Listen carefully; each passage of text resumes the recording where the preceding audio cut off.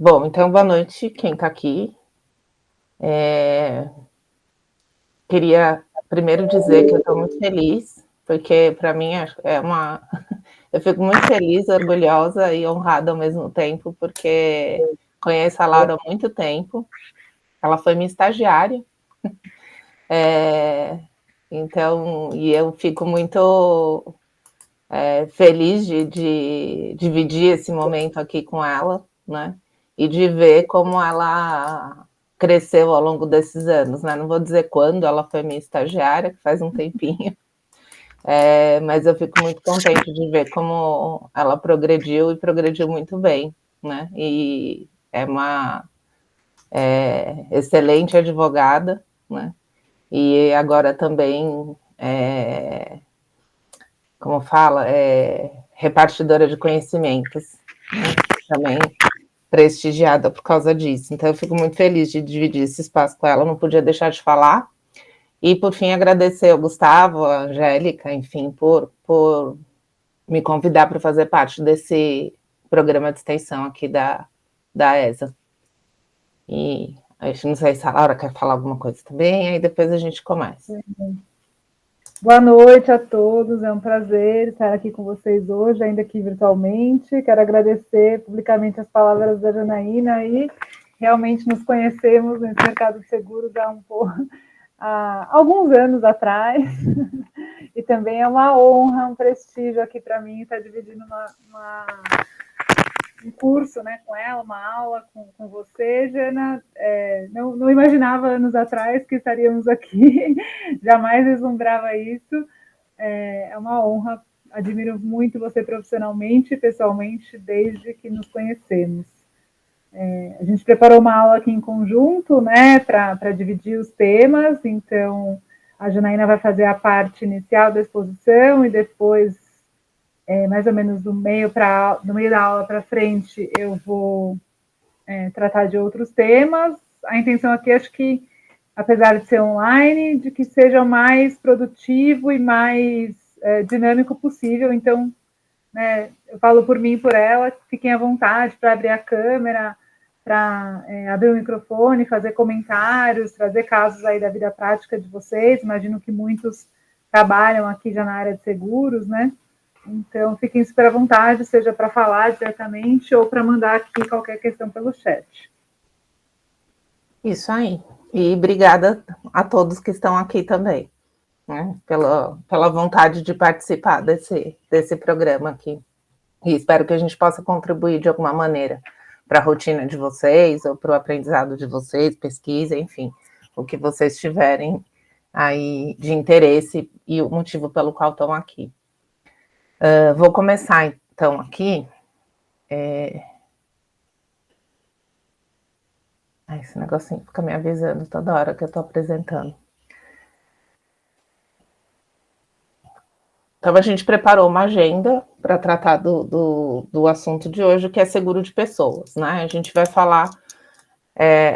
assim, essa agenda, ela chama muitas discussões, mas o tempo não permite que a gente esmiúce cada um deles, né? A gente vai passar na esperança de atender o mínimo necessário, né?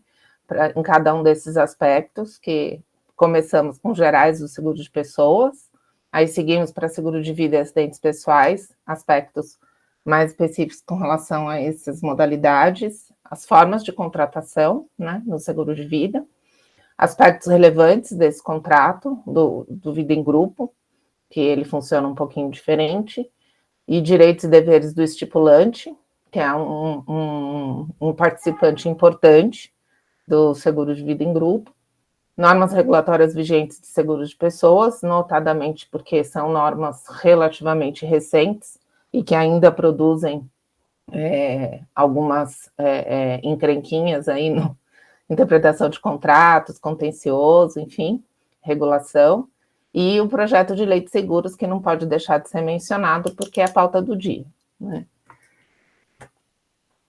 Seguindo aí, então, vamos falar de aspectos gerais de seguros de pessoas. Acho que o mais importante é a gente pensar quais são as garantias que podem ser contratadas nos seguros de pessoas. E a gente tem garantia para morte, garantia para invalidez, seja ela por acidente, seja ela por doença. Valendo dizer que por doença ela deve ser total e permanente. Vou esmiuçar isso um pouquinho mais à frente. Outro aspecto bastante importante, aí isso vale para qualquer seguro, é o interesse segurável. Né? Havia um tempo em que se usava, falava, vamos dizer assim, uma coisa era segurada, né? Isso é mais comum no seguro de dano. Não obstante, para qualquer seguro, como eu falei, o interesse segurável é que deve ser observado. Né? E esse interesse deve ser legítimo, como diz o 757 do Código Civil, que o segurador se obriga a garantir interesse legítimo do segurado. No caso do seguro de vida, o interesse dele é garantir esses eventos que eu falei, esses 3 itens aí que eu falei primeiro, né? Valendo dizer que não pode haver desejo de que o sinistro aconteça. Né? Por isso, o interesse tem que ser legítimo. Será que o delta Vidal vai? Não.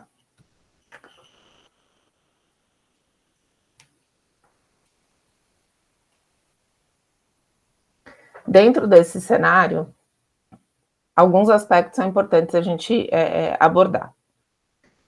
Então, para o seguro de pessoa, a estipulação do capital segurado ela é livre, né? Ou seja, não tem um valor limite. Porque, diferentemente do que acontece no seguro de dano, o valor, assim, quando a gente tem um bem X, uma casa, um carro, enfim, algum interesse relativo a um patrimônio segurado, garantido, desculpa, esse patrimônio ele tem um valor, que é possível estabelecer qual é o valor, né, desse prejuízo econômico que o segurado tem na ocorrência de um sinistro. No caso da vida, né, ou da perda da capacidade autonômica, ou da perda funcional de um membro, não é possível determinar um valor. Por isso, a livre estipulação do capital segurado, que pode ser qualquer valor. Claro, isso tratado com a seguradora e dentro de um determinado contexto, de acordo com o risco que está sendo colocado, o que está sendo proposto à seguradora garantir. Outro ponto importante, que no caso de seguro de vida para o caso morte, é possível indicar beneficiário, mas é possível também não indicar. Pode haver essa possibilidade. No caso de não indicação de beneficiário, existe um artigo, o 792 do Código Civil, que diz que deve obedecer à ordem de vocação hereditária. A seguradora, no ato, constatando que se trata de um sinistro coberto, no ato do pagamento da importância assegurada, ela vai se valer desse artigo, do 792, que remete ao 1829, que é também do Código Civil, que diz lá qual é a ordem de vocação hereditária. Aí eu vou colar aqui do 1829, que diz que são os descendentes, ascendentes, cônjuge e colaterais. Tá? Então, a seguradora vai seguir essa ordem. No caso de não haver indicação de beneficiário, havendo indicação de beneficiário, ela vai respeitar o que está lá escrito, o que o segurado determinou, quem o segurado determinou que deveria receber aquela importância no caso do falecimento dele. Outro ponto importante que também gera bastante confusão, eu diria, às vezes, é que a importância assegurada, nessa hipótese, né, no caso de morte, ela não sujeita-se às dívidas do segurado, ou seja, se o segurado faleceu e ele tinha dívidas, não se pode ninguém, né, nem o espólio, nem os herdeiros, valerem-se desse capital para pagar dívidas que eventualmente ele tivesse, tá? Aí nessa esteira também é importante dizer que não é herança, ou seja, essa importância ela não vai para partilha, ela não vai integrar um inventário, né? Ela é paga ao beneficiário e pode ser, inclusive, que o beneficiário não seja herdeiro, né? Então é importante ter essa distinção. Gente, lembrando, hein, como a Laura alertou aí no começo, perguntas, enfim, casos práticos e tal. Se não quiserem abrir o microfone também, a câmera, também fiquem à vontade, coloquem aí no chat que a gente vê, tá? Bom, voltando. Também no seguro de vida é possível, para garantia de morte, prever um período de carência, no caso do seguro individual. Nessa hipótese, se o sinistro acontece antes, só um minutinho, já vejo, tá, César? Antes de passado esse período de carência, né, deverá a seguradora devolver a reserva técnica formada até ali. Né? Isso tem previsão legal também, está no artigo 797 do Código Civil. Outra hipótese de período de carência, vamos dizer assim, é o artigo 798 do Código Civil, que fala sobre a hipótese de suicídio do segurado, né? A título de curiosidade, embora não seja uma coisa mais nova, né, eu gosto de compartilhar porque isso me causou tanta revolta e eu gosto sempre de falar. O Código Civil, como vocês talvez devem ter observado, ele é de 2002. O início de vigência dele se deu em janeiro de 2003. E até aí existia uma súmula do STJ, do Superior Tribunal de Justiça, que dizia que a seguradora, para não pagar a importância assegurada na hipótese do suicídio do segurado, ela tinha que provar a intenção do segurado de suicidar-se. Ou seja, impossível. Mas, enfim, existia essa súmula, assim, provar na seguinte forma: ele ou ela contratou o seguro com esse objetivo. Eu vou contratar o seguro e vou suicidar-me. Impossível fazer essa prova, mas muito que bem. Como o código anterior não era muito claro com relação a essa questão, se não me engano era o artigo 1416 que falava disso, mas também não tenho certeza absoluta, mas enfim. E aí veio o artigo 798 dizendo o seguinte, que se o segurado cometer suicídio nos 2 primeiros anos de vigência do contrato, não paga. Se for depois desse período, paga. Bem objetivo. No entanto, o STJ continuou por 12 anos depois, a partir de 2003, por 12 anos, se eu não me engano, foi acho que em 2013 ou 2014, se eu não me engano, 2013, que eles mudaram o entendimento, vamos dizer, revogaram essa súmula que eu mencionei, e resolveram aplicar o 798. Isso, assim, é muito preocupante, porque passou a existir uma norma que era clara e objetiva com relação à intenção do legislador. No entanto, o STJ fingia que ela não existia. Era isso. Porque eles continuaram aplicando essa súmula, determinando que a seguradora tinha que provar a intenção do suicídio, né?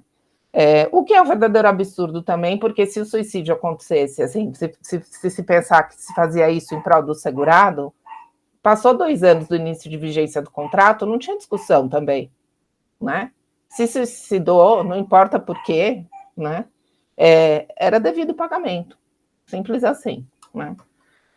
Era não, E, enfim, gosto sempre de contar essa historinha, porque me revolta e leva também a gente, sempre que se deparar com alguma interpretação do judiciário acerca de alguma norma, nos levar a refletir sobre ela, né? Não simplesmente aplicar, né? Dizer, o judiciário pensa assim, enfim, né? E por que o judiciário depois mudou de ideia, né? Não foi porque alguma hora ele falou, vamos aplicar o Código Civil, né? Resolvemos. Não, é porque os processos continuaram batendo lá, dizendo, olha, 798, 798, 798, houve uma insistência, né?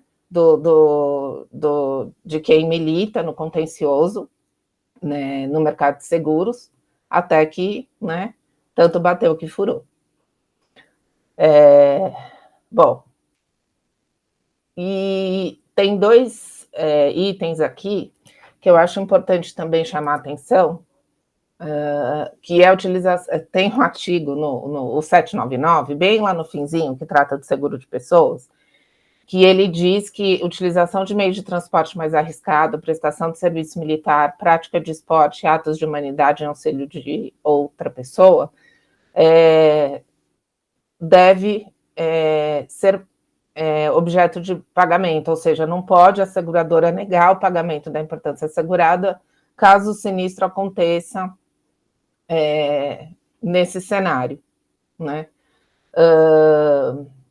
Aí a gente se pergunta, mas assim, ele tinha que declarar que ele usava um meio de transporte mais arriscado, ou então ele tinha que declarar que praticava esporte, enfim. Mesmo que não declare, a meu ver, né? Eu esqueci de olhar, peraí que eu volto aqui, que eu esqueci de olhar. O César. Quer que eu leia a pergunta aqui? Eu abri aqui. IS não sujeito a dívidas. Pergunta, prêmio é sujeito a penhora? Bem, aqui a gente está falando de um outro crédito, né? E também um crédito que não é da seguradora, né? Ela não compõe o patrimônio da seguradora.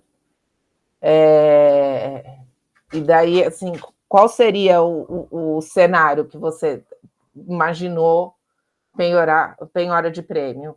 Porque o prêmio é a parcela devida pelo segurado à seguradora para compor a reserva técnica, para compor a mutualidade. É com esse dinheiro que vai ser paga a importância assegurada. Ou seja, não é um dinheiro que compõe o patrimônio da seguradora. E aí, em qual cenário você imaginou que poderia acontecer de se pretender a penhora do prêmio? Janaína, a princípio, eu sei que muita gente confunde com herança, né? Imagina que o prêmio é herança e, obviamente, não é. E nessa colocação que você fez aí, me ocorreu essa dúvida. Não tenho, honestamente, um caso prático, mas fiquei imaginando aqui se um beneficiário, né, devedor, vira a ser ali, receber um prêmio, né, um benefício, se isso é imediatamente penhorável ou não. Só essa colocação. Estou entendendo. Você está se referindo ao capital segurado mesmo, ao valor recebido pelo beneficiário. Isso, obrigado. Entendi. Tá. Deixa eu só achar aqui, que eu não lembro de cabeça. Também tem um artigo do Código Civil que responde essa pergunta. Se a Laura lembrar de cabeça, agradeço. 794, eu chutaria, deixa eu ver se é isso mesmo. Eu tenho esse probleminha. Tem coisa que eu evito ocupar minha memória para poder ocupar com outras coisas, já que dá para consultar. 794. Vou ler aqui para vocês. Tá. Artigo 794 do Código Civil. No seguro de vida de acidentes pessoais, para o caso de morte, o capital estipulado não está sujeito às dívidas do segurado, nem se considera herança para todos os efeitos de direito.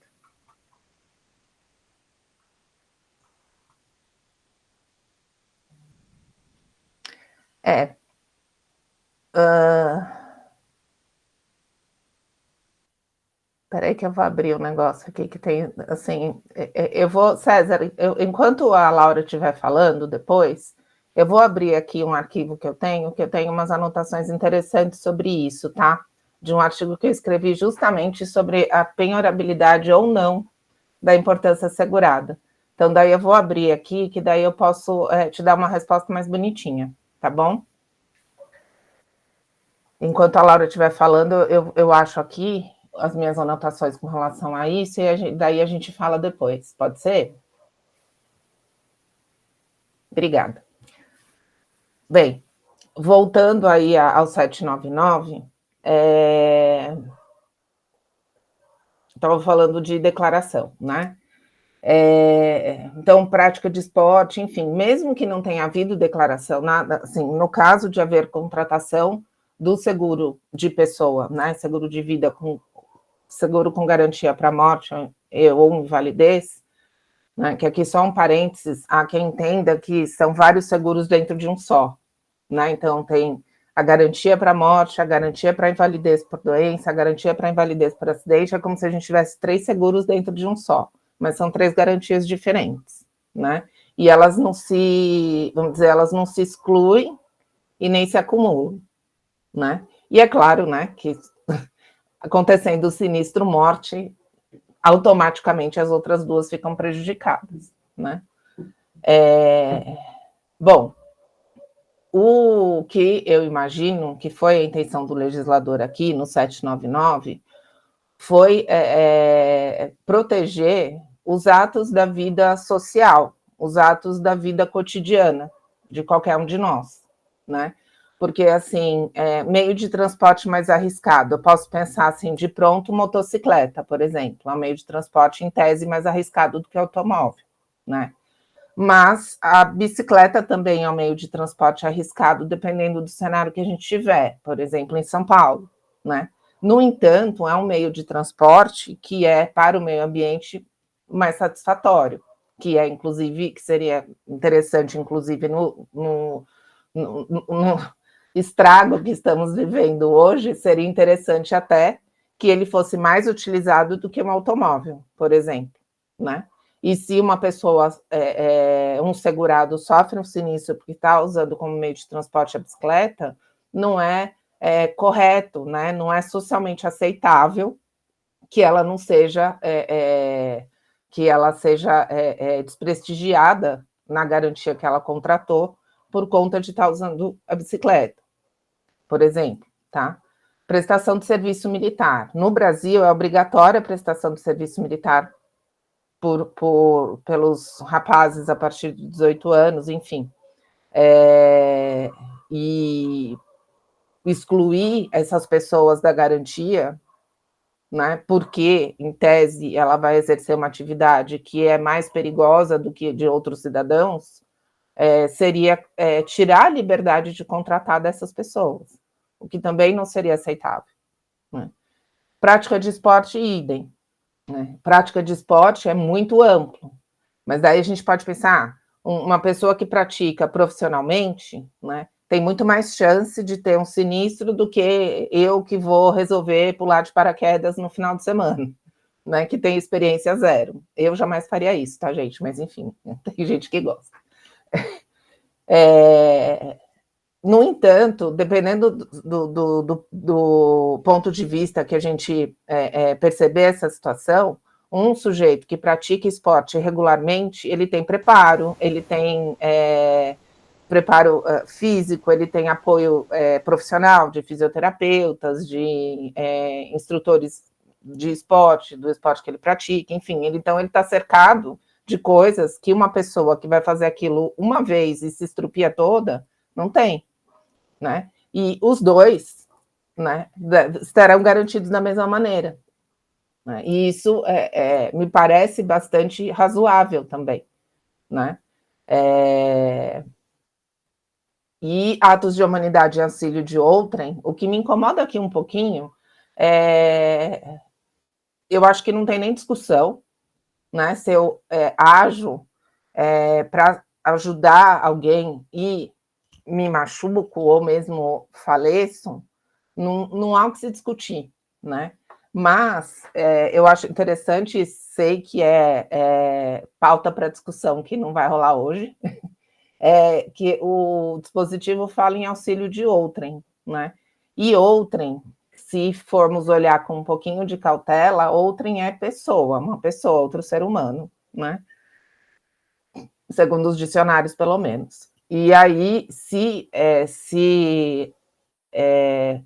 agir em auxílio de um animal, por exemplo, né, de um cavalo, de um cachorro, de uma galinha, enfim, é segurável ou não é esse sinistro, né? Se for levar a letra da lei ipsis literis, não, né? Mas eu assim, penso eu que pode ser relativizado. Bem, por fim, aqui também quis pontuar os seguros que eu chamei de fora da curva, tá? Que são o artigo 802 do Código Civil, ele, curiosamente, ele está na parte de seguro de pessoas, ele é o último, para dizer que, olha, isso aqui não é seguro de pessoa, tá? Que ele fala de reembolso de despesas hospitalares, tratamento médico e custeio de despesa de luto e funeral do segurado. Porque isso tudo são as despesas que não tem a ver com o interesse, como eu disse, que não é possível quantificar. Isso aqui são despesas que são passíveis de quantificação. Então, obviamente, é um seguro de dano, né? No entanto, há seguros, e aqui eu só trouxe exemplo, tá? Não estou esgotando.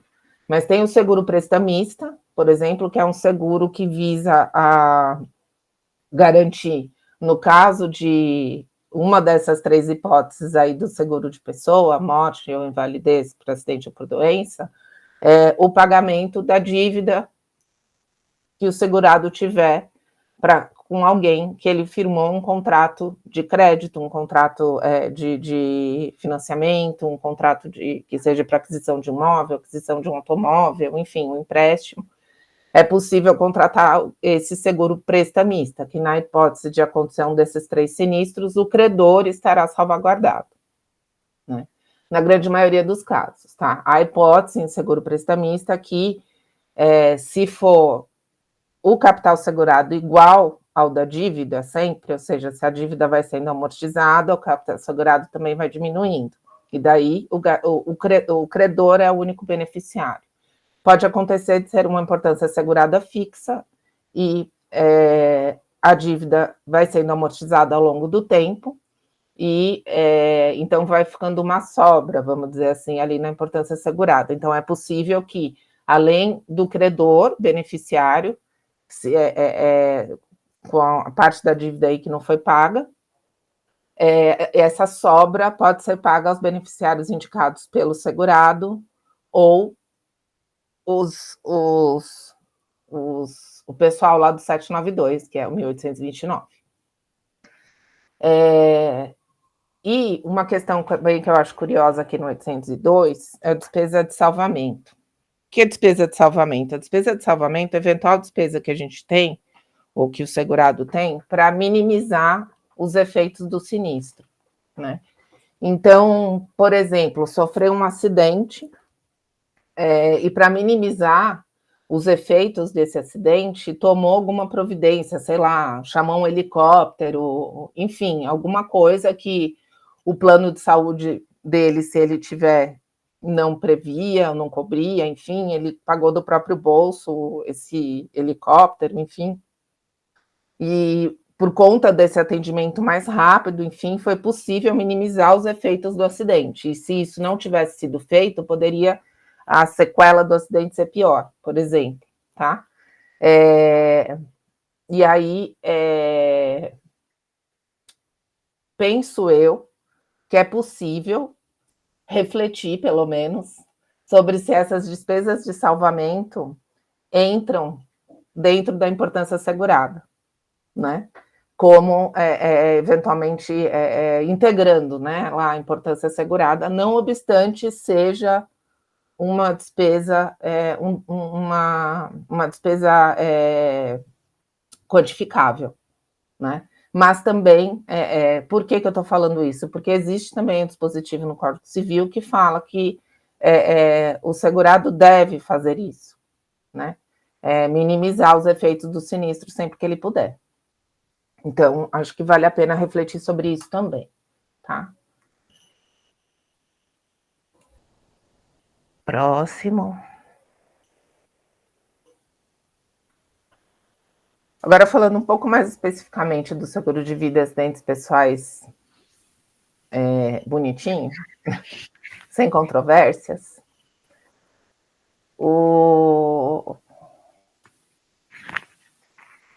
como eu disse, né, é comum a contratação em uma única apólice das 3 garantias, tá?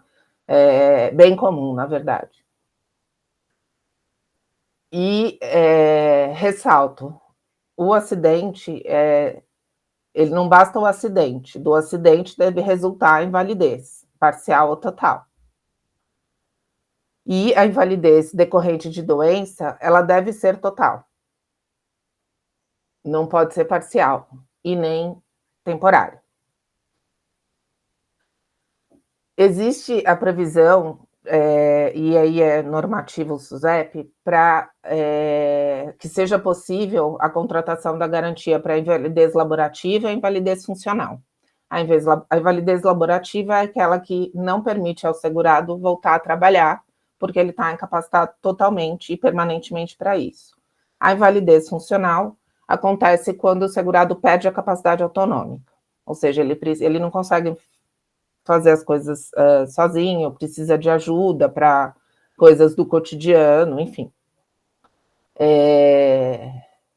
E um ponto interessante é que no caso de invalidez, pelo menos eu percebo uma controvérsia com relação à data do sinistro. Por quê? Porque o sinistro, no caso de morte, o sinistro é muito claro. É quando acontece o óbito, né? Daí tem lá uma certidão de óbito que está atestado por um profissional dizendo tal hora, tal dia, essa pessoa faleceu. No caso da invalidez, ela precisa estar consolidada, a invalidez.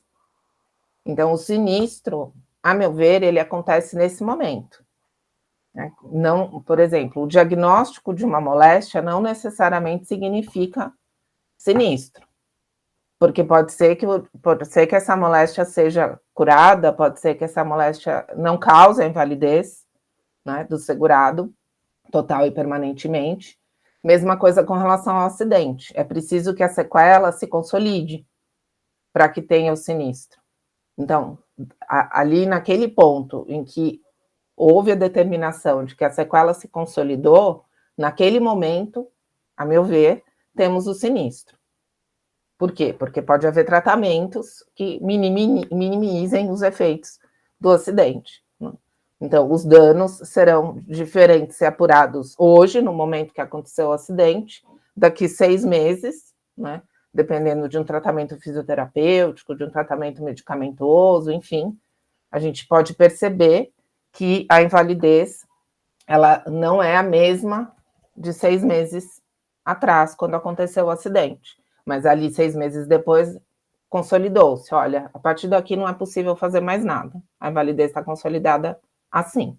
Então, a meu ver, aí temos o sinistro, tá? Mas, né, a maioria das interpretações leva à data do acidente, tá? Então, mas é só, achei também legal trazer esse pontinho aqui para colocar uma pulguinha atrás da orelha. Tô acabando, tá lá? Não, acho que é interessante esse ponto que você falou sobre a data do sinistro, no seguro de acidentes pessoais, porque não é uma discussão teórica, né? Acho que para todo mundo ter na cabeça isso. Isso importa até para a gente verificar qual seria a apólice aplicável, né? Nos seguros coletivos, que você vai tratar agora, é muito comum que haja transferência, né, da apólice coletiva de uma seguradora para outra, nas renovações ou após algum período mais extenso de vigência, em razão das próprias condições contratuais, de negociação de preço, e saber qual é a data do sinistro, efetivamente, para aquela cobertura, vai determinar qual é a apólice aplicável, qual é o capital aplicável, quais são as condições, né? Então, é uma boa discussão aí, na prática do dia a dia. É verdade, bem lembrado. Isso dá vários problemas, na verdade, né? É bem lembrado mesmo. Imagina, um acidente aconteceu, a vigência de uma apólice, no entanto, a consolidação da invalidez deu na vigência de outra. Isso aí gera realmente bastante discussão. Bom, temos como que podemos contratar o seguro de pessoa? Podemos contratar individualmente ou podemos podemos estar inseridos em um grupo segurado. Individualmente, contrata-se diretamente com a seguradora ou por meio da corretora, de representante, agente, enfim. O que importa é que a avaliação do risco ela é individual. Por isso, o cenário que a seguradora olha, né, é o seu. É o cenário do segurado. Então, o cenário financeiro, histórico médico, idade, hábitos, enfim, ela isso é bem particularizado na hora de avaliar o risco de um proponente que pretende contratar um seguro para si. Por isso, também, ele é bem mais caro, né? Porque, dependendo do cenário, e também é comum acontecer na contratação do seguro individual, se existe uma moléstia pré-existente, pode ser que a seguradora sugira um aumento do valor do prêmio, pode ser que a seguradora sugira não cobrir um risco que eventualmente aconteça em razão daquela moléstia. Então, é bem peculiar. Assim, é incomum, na verdade, contratação de seguro individual, e são poucas as seguradoras que comercializam, né, seguro individual, porque realmente ele é muito caro, ele é para um público que não é o público maioria, né? E aí insere-se o seguro coletivo, que também não é muita gente que tem no cenário brasileiro, né? Tem bastante gente que tem, mas, infelizmente, o acesso a ele também não é fácil, vamos dizer assim. Para aderir a um seguro coletivo, é preciso que o pretenso proponente ele esteja vinculado a uma pessoa de alguma maneira. O 801, se eu não me engano, o 801 fala isso, ele fala que o seguro de pessoas pode ser estipulado por pessoa natural ou jurídica em proveito de grupo que a ela de qualquer modo se vincule. Ou seja, tem que ter um vínculo entre o grupo segurado e a pessoa que pretende estipular o contrato de seguro, né? A pessoa que vai propor à seguradora a contratação de seguro para um grupo de pessoas. Esse grupo de pessoas pode ser os advogados, aqui na OAB. A OAB pode ser estipulante de um contrato de seguro em prol dos advogados que eventualmente queiram aderir, ou essa adesão pode ser automática, vou falar isso. Pode ser a empresa na qual você trabalha, a empresa pode contratar um seguro, estipular um contrato de seguro para os empregados ou para as pessoas que, de alguma maneira, elas se vinculem, por exemplo, como prestador de serviços, se tiver um contrato, estagiários, enfim, desde que esteja demonstrado o vínculo com essa pessoa que pretende contratar um seguro para esse grupo, tá? Essa adesão pode se dar por meio de uma lista e o preenchimento da declaração pessoal de saúde. O que é essa lista? Pensar numa empresa grande, sei lá, na Coca-Cola, né, que tem milhares de funcionários. É muito comum nessas empresas bem grandes que todo um determinado período de tempo, geralmente mensal, a empresa estipulante mande para a seguradora a lista de funcionários, sempre atualizada. E a lista contém as pessoas que estão ainda a ela vinculadas de alguma maneira. As pessoas que não estão mais vinculadas deixam de fazer parte do grupo segurado. Então, no caso de uma pessoa não ser mais empregada, de um mês para o outro, ela deixa de integrar essa lista, ela deixa de integrar o grupo segurado. Ou por meio da declaração pessoal de saúde, que eu passo a fazer parte desse grupo segurado, ou no momento que o estipulante fecha com a seguradora para um determinado grupo um contrato, essas pessoas receberão uma declaração pessoal de saúde e responderão lá umas perguntas para a seguradora saber o risco que ela está garantindo para cada um dos segurados ali. E, nesse caso, também ela pode impor alguma restrição no caso de alguma situação fora da curva ali na declaração pessoal de saúde que alguém eventualmente informar, tá? Valendo dizer, pessoal, só um parênteses aqui, também não é objeto da nossa aula, mas valendo dizer que presume-se boa-fé no contrato de seguro, tá? Na verdade, em qualquer contrato. Mas no seguro, isso é bastante valorizado, porque presume-se que o segurado, quando ele se comunica com a seguradora, ele se comunica de boa fé. Então, ele não vai omitir nenhuma informação, assim como a seguradora também não vai, uma vez que ela recebeu a declaração pessoal de saúde, tem lá declarada uma moléstia, que sei lá, o segurado precisa se tratar, aquilo lá é crônico, eventualmente, e se ela aceita, aceitado está. Né? Lá no futuro, ela não pode eventualmente negar o pagamento da importância assegurada, por conta daquela pré-existência. Né? Então, a boa-fé presume-se dos dois lados, tá? Desde esse momento, durante a execução e na conclusão do contrato. Isso é bastante importante, isso é bastante... é um argumento bastante utilizado, né? Tanto para discussão de cláusula, para interpretação de clausulado, como no contencioso.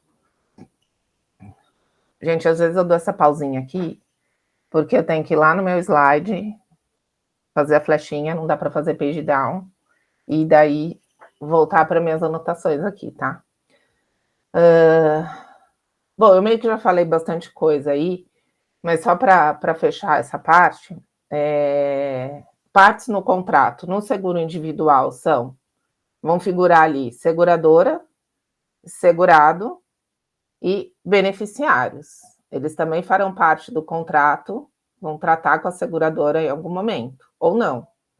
Mas em algum momento eles podem serem objeto de atenção por conta do pagamento da importância assegurada se o sinistro morte acontecer, tá? No contrato de seguro coletivo, além dessas pessoas, tem o estipulante como parte essencial do contrato. No seguro coletivo, não existe seguro coletivo se não tem estipulante. Então, tem que ter estipulante, segurados e seguradora, tá? Formas de adesão, como eu já falei, no contrato de seguro em grupo, por meio de listagem, assim, simplesmente, são esses os segurados, e manda a lista com o nome, documento, etc., ou por meio de preenchimento da declaração pessoal de saúde. Uma coisa também importante a gente saber é que o seguro de vida em grupo, ele pode ser contributário, não contributário, ou mais ou menos contributário. Contributário significa dizer que o segurado paga o prêmio integralmente. Ele é responsável sozinho pelo pagamento do prêmio. O não contributário, o estipulante é responsável pelo pagamento do prêmio, sozinho. E pode acontecer de o segurado pagar uma parte e o estipulante pagar outra. Né? Importante no contrato, bem claro isso, e bem claro também como se dará o repasse disso para a seguradora. E as garantias, como eu falei, são morte, invalidez funcional total e permanente por doença, invalidez parcial ou total por acidente, invalidez laborativa parcial ou total por doença. Poderia entrar um pouco aqui numa discussão com relação a ILPD e FPD, mas acho que só se tiver tempo e se for interessante, mais para frente a gente fala. Agora talvez demore menos para mudar aqui, que eu vou ficar mudando para a Laura. Então daí vai ser mais rápido. E mas eu vou pesquisando aqui o negócio que eu falei. Tá ótimo. Obrigada, gente.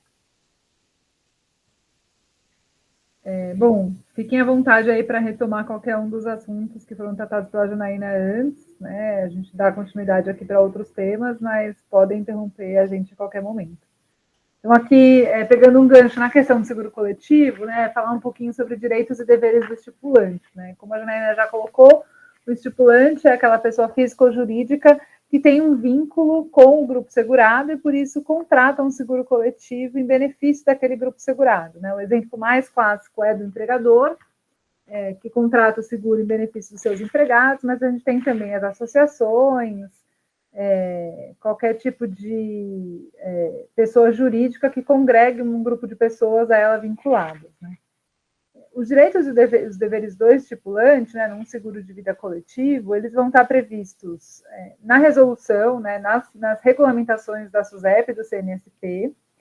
Hoje a gente tem a norma vigente, a resolução 434 do CNSP, que é de 2021, é a versão mais atualizada dessa norma, que já tem nas suas disposições quais são os direitos e deveres do estipulante, mas a gente sempre vai precisar olhar para essa resolução em conjunto com as previsões contratuais, né? Se a gente está falando de um seguro coletivo, a gente sempre vai precisar ter um contrato de estipulação que vai regrar essa relação entre estipulante e seguradora, a qual vão aderir os segurados, né, pessoas físicas individualmente consideradas, tá?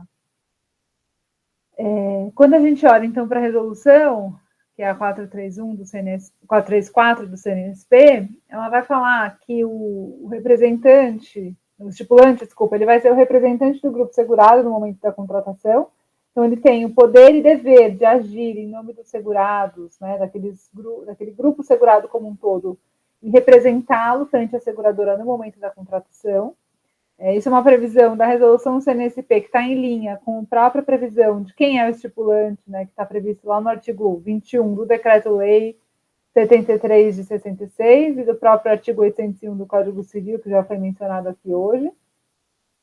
O estipulante, por executar essa tarefa, né, de contratar um seguro coletivo em benefício daquele grupo, administrar aquele seguro coletivo, negociar com a seguradora, ele pode receber um prolabore, né, uma remuneração por executar essa função. Essa remuneração vai estar regrada entre a seguradora e a estipulante no contrato de estipulação,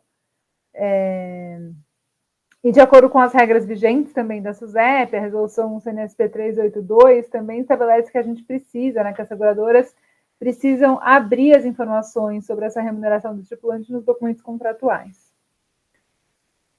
O estipulante no seguro coletivo, ele é a principal parte, né, frente à seguradora nessa negociação. Então, ele tem, frente à seguradora, uma obrigação de informação muito relevante sobre quem são os componentes do grupo segurado, né, a listagem dessas pessoas, qual a sua faixa etária, qual a condição de saúde dessas pessoas de forma geral, para que a seguradora tenha condições de avaliar, não individualmente, como a Janaína falou no seguro individual, mas de forma coletiva, qual é aquele risco que ela vai segurar.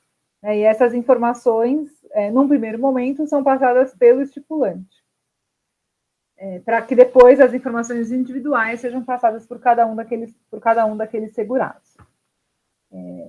O estipulante também é responsável pelo pagamento do prêmio, né, incluindo o repasse. Então, como a Juliana falou, se a gente tiver um seguro contributário, em que os segurados realizam o pagamento do prêmio, ao menos de parte do prêmio, o estipulante fica responsável por fazer a coleta desse prêmio e repassar à seguradora para que o seguro se mantenha vigente.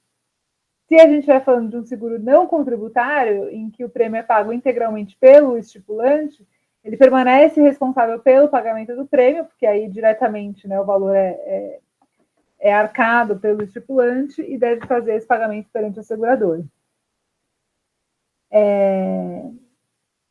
A comunicação do sinistro, é também possível que haja previsão em contrato, né, no contrato de estipulação, sobre a obrigação do estipulante fazer a comunicação do sinistro e ele conhecer a seguradora, né? Essa não é uma obrigação legal, é uma obrigação prevista na resolução e que pode ser replicada no contrato, a depender das negociações entre segurador e estipulante. E aí, claro, isso faz muito mais sentido, a gente vai falando dos seguros coletivos, por exemplo, estipulados por empregadores, né, em que há um conhecimento ali do departamento pessoal, por exemplo, daquele estipulante empregador, sobre eventuais sinistros de invalidez por acidente, por doença, ou de eventual falecimento de um dos componentes do grupo segurado. E também o estipulante, né, apesar de não ser uma figura que precisa ser registrada na SUSEP, ele é uma figura regulada, de certa forma, então ele tem também esse dever regulatório frente à SUSEP de comunicação de qualquer irregularidade e de prestação de informações à SUSEP, se for assim demandado. Tá? E um ponto específico que eu pulei de propósito é o dever do estipulante contar a informação ao segurado, né, ao grupo segurado. Essa questão de informação do estipulante frente àquele grupo segurado é um tema que vem sendo discutido nos últimos anos na jurisprudência e culminou com a emissão de uma tese pelo STJ num recurso repetitivo. Pode passar para o próximo, já. De um recurso repetitivo que é o 1112, se eu não estiver enganada, 1112, essa tese que trata dos deveres do estipulante, né? Basicamente, o STJ analisou, nesse caso, uma hipótese de seguro de vida e acidentes pessoais contratado coletivamente, em que existiam algumas restrições ao direito do segurado em relação à caracterização de um sinistro de invalidez permanente, total ou parcial por acidente. Então, existia aquela tabela de cálculo da indenização em caso de invalidez parcial por acidente, com percentuais do capital segurado, que são devidos a depender da lesão decorrente daquele acidente, e outras cláusulas limitativas e restritivas dos direitos do segurado. E ao interpretar esse caso, o STJ emitiu essa tese, né, nesse tema repetitivo, entendendo que cabe ao estipulante esse dever de informação ao grupo segurado. Porque ele, nessa formatação de contratação coletiva, que tem uma relação direta com o grupo segurado no momento da contratação e pode, por conta desse vínculo com o grupo, informá-lo sobre qual é o escopo de cobertura, quais são as restrições e limitações aos seus direitos, né? Então, o STJ entendeu que caberia exclusivamente ao estipulante, no seguro de vida coletivo, no caso de estipulação própria, informar os potenciais segurados acerca das condições contratuais quando da formalização da adesão, e aí com destaque para as cláusulas limitativas e restritivas de direito previstas na apólice MES. E aí o STJ distinguiu duas hipóteses, uma estipulação própria e uma estipulação imprópria, né? Não sei se todos aqui estão familiarizados com esse termo. Esse termo, inclusive, vem de um artigo do Dr. Ayrton Pimentel, ao tratar dos seguros coletivos e de fazer essa classificação. Mas, basicamente, aqui em resumo, né, quando a gente está falando de estipulação própria, a gente está falando dos seguros coletivos em que há uma efetiva representação do estipulante em relação ao grupo segurado. E a estipulação imprópria são os chamados seguros coletivos em que atuam, entre aspas, falso estipulante, em que a formação de um grupo é feita de maneira, como que eu posso dizer, de maneira fictícia, vamos dizer, apenas para viabilizar a contratação de um seguro coletivo, né? Mas não há efetivamente um vínculo que una aquele grupo àquele estipulante. Isso era mais comum no passado. Havia aqui no Brasil uma prática de formação de clubes de seguro, né, que eram pessoas jurídicas que tinham como objeto social a contratação de seguros coletivos, né? Isso hoje em dia acontece, tem gerado muitas discussões, acho que até mais do que no seguro de vida, no seguro saúde, né, numa outra formatação, para viabilizar apólices coletivas que não estão sujeitas à determinação de reajuste anual pela ANS, enfim, uma outra discussão, parênteses aqui. Mas o STJ fez essa distinção entre seguros coletivos próprios, seguros coletivos impróprios, porque se entendeu que nos seguros coletivos próprios o estipulante tem efetivamente esse dever de informação, enquanto nos seguros coletivos impróprios, em que ele não tem essa relação direta com o grupo segurado, esse dever não é aplicável a esse estipulante, e além disso, né, o STJ entende que nesses casos as apólices deveriam ser consideradas apólices individuais, né, justamente em razão da ausência desse vínculo. Para também colocar uma pimenta aqui nessa discussão, eu tenho um pouco de angústia desse repetitivo aqui da STJ, quando ele fala que cabe exclusivamente ao estipulante, né, esse dever de informação frente ao grupo segurado. Porque ainda que haja, sem dúvida, um papel relevante do estipulante nesse formato de contratação, a seguradora é, sem dúvida, a fornecedora, né, do produto de seguro, nesse caso. E ela é responsável, obviamente, pela clareza de todos os documentos contratuais, né, tem uma série de documentos que devem ser fornecidos ao segurado, como proposta de adesão, as condições contratuais têm que estar disponíveis, né, ao segurado desde o momento da contratação, são documentos que fazem referência ao processo SUSEP, que é o clausulado, registrado na SUSEP. Todos esses documentos vão estar ali à disposição do estipulante na hora de oferecer aquele seguro coletivo aos proponentes segurados, mas o estipulante não me parece que é o único responsável por essa informação, porque parte dessa informação vai constar de documentos que são emitidos diretamente pela seguradora. Então, até do ponto de vista aqui de CDC, né, Código de Defesa do Consumidor, de quem é o fornecedor, de quem efetivamente garante esse contrato, me parece que colocar exclusivamente ao estipulante pode ser demais, né?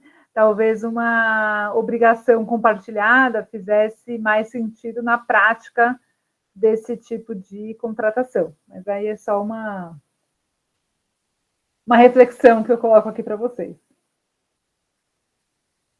Bom, vamos passar então a falar um pouquinho de marco regulatório. Aqui, gente, vale a pena comentar que a SUSEP, desde 2020, pelo menos, na pandemia em específico, começou um trabalho de revisão dos seus normativos bastante intenso, né? Isso não aconteceu apenas no seguro de pessoas, foi uma revisão que passou por todas as linhas de negócio, seguro de danos, seguro de pessoas, e todos os clausulados específicos de cada um dos produtos, né? E falando especificamente no seguro de pessoas, houve também esse trabalho de revogação de uma série de normas que tratavam de produtos específicos, eram bastante prescritivas, né? Traziam inclusive cláusulas obrigatórias, coberturas obrigatórias, nome de produto, tudo isso, e elas foram revogadas e substituídas por basicamente duas normas, né? E aqui vale a pena dizer que a gente está falando de seguro de pessoas com cobertura de risco, tá? Não seguro de pessoas com caráter de acumulação ou planos de previdência, só coberturas de risco. Essas duas normas, a Resolução CNSP 439 de 2022 e a Circular SUSEP 667 de 2022, trouxeram, então, as normas, né, as novas normas, as normas atualmente vigentes, que tratam sobre os produtos, né, de seguros de pessoas com cobertura de risco. Elas já estão vigentes desde agosto de 22, e elas tiveram uma série de objetivos, né? Pode passar, Jana, por favor. Principalmente, né, o principal objetivo foi tornar a norma um pouco mais simples, né? Então, a gente passou de um cenário em que existia uma série de normas da SUSEP sobre os seguros de pessoas, uma norma geral, que era a Circular SUSEP 302 de 2005, que muitos de vocês vão lembrar, mas, além dessa, uma série de outras normas picadas sobre produtos específicos. Então, a gente tinha norma específica sobre seguro viagem, norma específica sobre seguro prestamista, sobre seguro funeral, sobre seguros coletivos, e todas as normas foram revogadas para serem substituídas apenas por uma resolução e por uma circular, né? A SUSEP fez uma revisão no sentido de tornar mais flexível a formatação dos produtos. Então, ela tirou as restrições que não eram mais pertinentes, e ela fez isso com o objetivo de criar um ambiente de mercado de seguros mais competitivo, mais transparente e inovador, e que desse a possibilidade de oferecer uma maior cobertura, né? Então, o foco foi na liberdade contratual e na transparência do consumidor, com isso gerar mais competitividade e maior penetração do seguro no mercado brasileiro.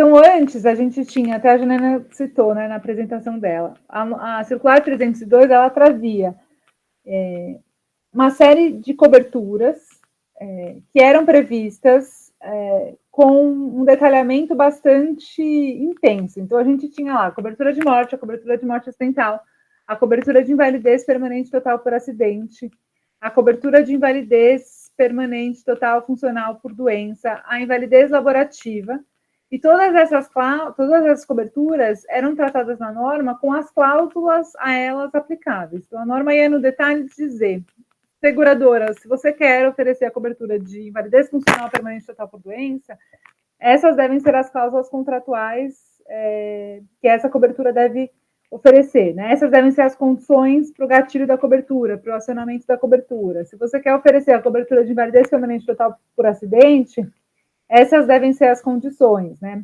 E depois, num capítulo adicional da norma, a gente tratava de outras coberturas, que também são aqui da seara de seguro de pessoas, mas que são específicas, como doenças graves, incapacidade por acidente, né? Incapacidade temporária por acidente, incapacidade temporária por doença, diárias de internação hospitalar, enfim, todas elas eram previstas na norma de forma bastante prescritiva e detalhada. Isso mudou. Hoje a gente tem um número de coberturas bastante sucinto previsto na norma, e a gente não tem mais um detalhamento no sentido do que a seguradora deve ou não oferecer. Então, a seguradora está livre para redigir as suas coberturas da forma que entender pertinente, né, de acordo com o seu apetite de risco e com o mercado que ela deseja atingir. Então, ela pode oferecer uma cobertura de invalidez funcional, uma cobertura de invalidez laborativa, uma cobertura de invalidez por acidente que seja só para invalidez parcial ou que seja só para invalidez total. Ela pode criar suas próprias tabelas, né, de pagamento de indenização por invalidez por acidente. No seguro viagem, por exemplo, que a gente tinha uma norma bastante detalhada sobre quais eram as coberturas obrigatórias no seguro viagem internacional, qual era o escopo de cada uma das coberturas, a gente também não tem mais isso. Então, eu posso hoje oferecer um seguro viagem bem mais restrito, né, com a cobertura obrigatória apenas de despesas médicas e hospitalares, e atingir com isso diferentes nichos de mercado. Isso traz, de um lado, uma liberdade contratual bastante significativa, mas, obviamente, de outro, uma responsabilidade das seguradoras em relação aos seus clausulados, né? A gente sai daquela lógica de copiar produtos padronizados da SUSEP, acho que esse foi o objetivo, e de incentivar a criatividade e inovação no mercado de seguros. A gente sabe que, apesar da gente estar falando de um mercado que lida, obviamente, com riscos, né? Por isso mesmo, a gente tem certo grau de conservadorismo, né? De entender como o mercado vai funcionar, de olhar para a concorrência, de olhar para histórico de dados, de sinistralidade, e a gente nota algum avanço já em relação aos produtos aqui de seguro de pessoas por conta dessas novas normas, mas ainda eu acho que há muito espaço, né, para se percorrer aqui, muito espaço para ser explorado. Tá? A norma, inclusive, permite que as seguradoras ofereçam coberturas diversas, né, conjugadas no mesmo produto. Então, eu posso ter, inclusive, coberturas conjugadas. Então, está um exemplo de um prestamista com seguro de vida, uma viagem com vida atrelado. Eu posso ter coberturas intermitentes, né? Eu posso liga e desliga, eu posso ter coberturas temporárias, eu posso conjugar coberturas de diferentes ramos, né? Então, eventualmente, um seguro de danos com seguro de pessoas, né? Aí a gente tem que contar com a criatividade das áreas comerciais e com os apetites de risco da seguradora. A gente também tem uma maior flexibilidade da própria SUSEP na questão da dispensa de registro prévio da nota técnica atuarial. A gente não precisa mais apresentar essa nota técnica atuarial para registrar o seguro de pessoas com cobertura de risco, apenas se aquele seguro for sujeito ao regime financeiro de capitalização ou repartição de capital de cobertura. Aqui não vou entrar nessa seara específica técnica, mas basicamente são aqueles seguros que têm um regime financeiro de acumulação, né, de formação de reserva e capitalização daquela reserva para fazer frente aos sinistros, diferentemente do seguro do regime financeiro de repartição simples, em que o valor do capital, desculpa, o valor dos prêmios individualmente cobrados é o que faz frente ao pagamento dos capitais segurados, no caso dos sinistros aí ocorridos durante a vigência, tá? A gente tem também nessas normas a possibilidade de contratação de seguros de pessoas em moeda estrangeira. A única vedação aqui seria para os planos também que possuem essa reserva matemática, que possuem capital de acumulação, mas para os seguros de vida em geral, a gente pode ter essa formatação, né, de oferecimento de produtos em moeda estrangeira, e a depender do nicho de mercado que você queira atingir, há uma procura, né, por esse tipo de produto, pode haver um interesse por esse tipo de produto.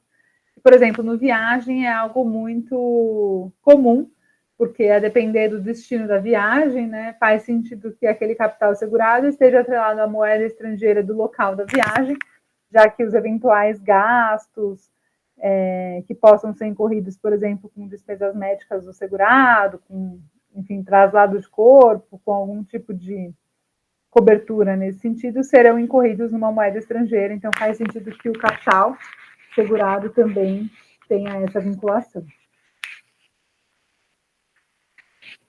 Bom, esse é o cenário geral aí do novo marco regulatório, novo, entre aspas, né, do marco regulatório vigente aí de 2022 de seguro de pessoas. Como eu disse, ainda há bastante coisa para ser explorada, tá? Mas basicamente a resolução circular que a gente falou agora há pouco, elas trazem as normas que estão atualmente vigentes em seguro de pessoas e bem mais concisas, menos detalhistas, menos prescritivas, mais principiológicas, tá? A alteração regulatória também aconteceu em termos de marco regulatório de distribuição de seguros, né? Os marcos que tratam da distribuição de seguros por meio dos estipulantes e por meio dos representantes de seguro. Essas duas normas, elas não são específicas da área de seguro de pessoas, mas eu achei que faria sentido a gente trazê-las nessa aula, porque é muito comum, né, como a Janaína tratou anteriormente, a contratação de seguro de pessoas de maneira coletiva no Brasil, e a gente tem diversos tipos de seguros de pessoas também, aqui para citar o funeral, o viagem, o prestamista, que são vendidos por meio de representantes de seguros.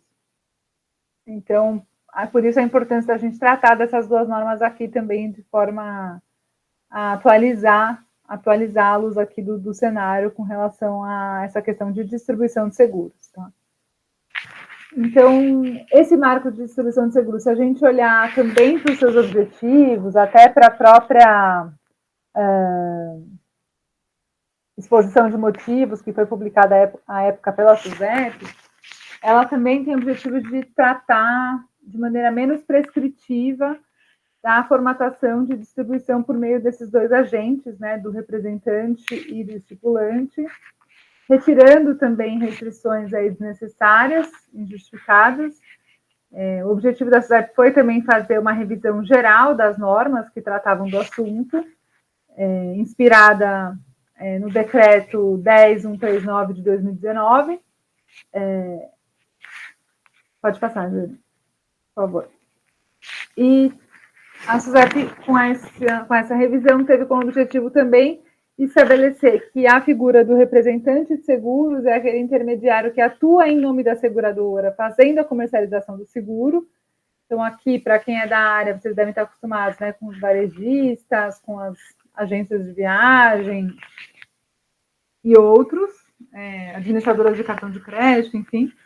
E, de outro lado, os estipulantes como representantes do grupo segurado, né? Então, essas duas figuras atuando na comercialização de seguros, que podem ser seguros de pessoas ou podem ser seguros de outros ramos, mas o representante de seguros como, vamos dizer, um representante, entre aspas, comercial, né? Um longa-manos, como se diz, da própria seguradora, enquanto o estipulante como representante do grupo segurado por expressa disposição legal, inclusive. As alterações previstas por essas normas, elas foram mais específicas em relação ao representante do que em relação ao estipulante, né? Em relação ao estipulante, permaneceu a previsão daquelas obrigações e direitos que a gente falou um pouquinho antes, né? Então, o estipulante permanece responsável por toda a contratação, né? Por toda a negociação do contrato mestre com a seguradora, e nesse momento ele representa aquele grupo segurado. O estipulante deve ser aquela pessoa jurídica ou física que tem uma relação com o grupo segurado, e esse vínculo deve ser não securitário, então não basta o vínculo securitário para que ele seja caracterizado como estipulante, ele deve ter algum outro vínculo, né? A natureza desse vínculo não é prescrita na resolução da SUSEP, mas deve existir esse vínculo que justifica o interesse daquele estipulante buscar a contratação de um seguro para benefício daquele grupo segurado. O estipulante permanece como responsável, né, pelo pagamento do prêmio, seja seguro contributário, seja não contributário. Se for contributário, ele permanece vinculado frente à seguradora com relação a repassar, né, os valores que ele receber de prêmio daquele grupo segurado. A gente permanece aqui, né, com uma norma que vem lá do próprio artigo 801 do Código Civil, e ela é replicada nas normas regulatórias sobre a necessidade do estipulante obter concordância do grupo segurado, né, de 3/4 dos componentes do grupo segurado, se durante a vigência do contrato houver uma alteração das disposições contratuais que de alguma forma reduza os direitos dos segurados, né, ou estabeleça algum ônus para aqueles segurados, então aí ele não teria mais o poder de representar aquele grupo segurado, mas sim deveria buscar essa concordância de pelo menos 3/4, né, 75% do grupo segurado.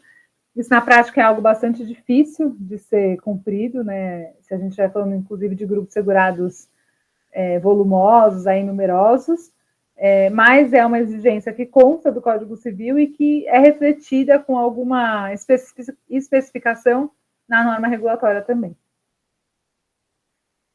Nas normas da SUSEP também essa questão do dever de informação do estipulante, né, do dever de informação frente à seguradora, de informar sobre as características do grupo segurado, mas principalmente frente ao grupo segurado, de informar sobre as características do seguro que ele está contratando, né, especialmente em termos de cláusulas restritivas ou limitativas de direitos, né, e aí vai em linha com a jurisprudência da STJ nesse ponto, né, até o tema repetitivo aí que eu mencionei. Já falando do representante de seguros, aí o representante a gente teve uma alteração bastante significativa na resolução CNSP 431. Anteriormente, a gente tinha uma atuação do representante limitada a certos ramos de seguro, a seguros que eram considerados de menor valor, e em ramos específicos, como prestamista, viagem, funeral, enfim. E, basicamente, nessa nova formatação, o representante de seguros pode atuar em qualquer ramo, né?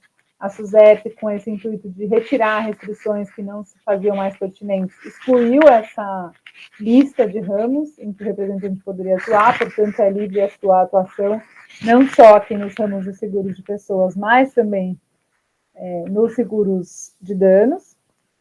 Inclusive, houve a inclusão de uma disposição específica indicando a possibilidade do representante atuar em contratos de previdência complementar aberta, que também é uma novidade. De outro lado, né, antes dessa norma a gente tinha muito claro aqui, quando a gente olhava para seguro coletivo, a gente falava aqui é o estipulante, quando a gente olhava para seguro individual, aqui a gente pode ter a figura do representante. Com essa nova norma, isso também foi alterado. Agora, o representante também pode atuar na intermediação de contratos coletivos, né? Não me parece que é a prática que tem sido adotada pelo mercado ainda. Eu acho que ainda a gente está vivendo um período de acomodação dessa norma, apesar de já a gente ter aí mais de 2 anos de sua vigência, mas é um caminho que pode ser explorado, né? E aqui, enfim, todos os advogados podem atuar aí na formatação dessas parcerias que permitam a atuação do representante de seguros também na intermediação de contratos coletivos. O importante nesse caso é que a gente teria que ter 2 pessoas jurídicas distintas, né? Uma atuando como representante de seguros e outra como estipulante. Elas não poderiam se confundir, né? O representante e estipulante não poderiam ser a mesma pessoa, até por conta das funções que são diferentes, né? O representante como atuando em nome da seguradora e o estipulante como representante mandatário legal dos segurados, né? Aqui permaneceria a necessidade do estipulante ter um vínculo com o grupo segurado e fazer essa representação, né? Ter esse mandato legal.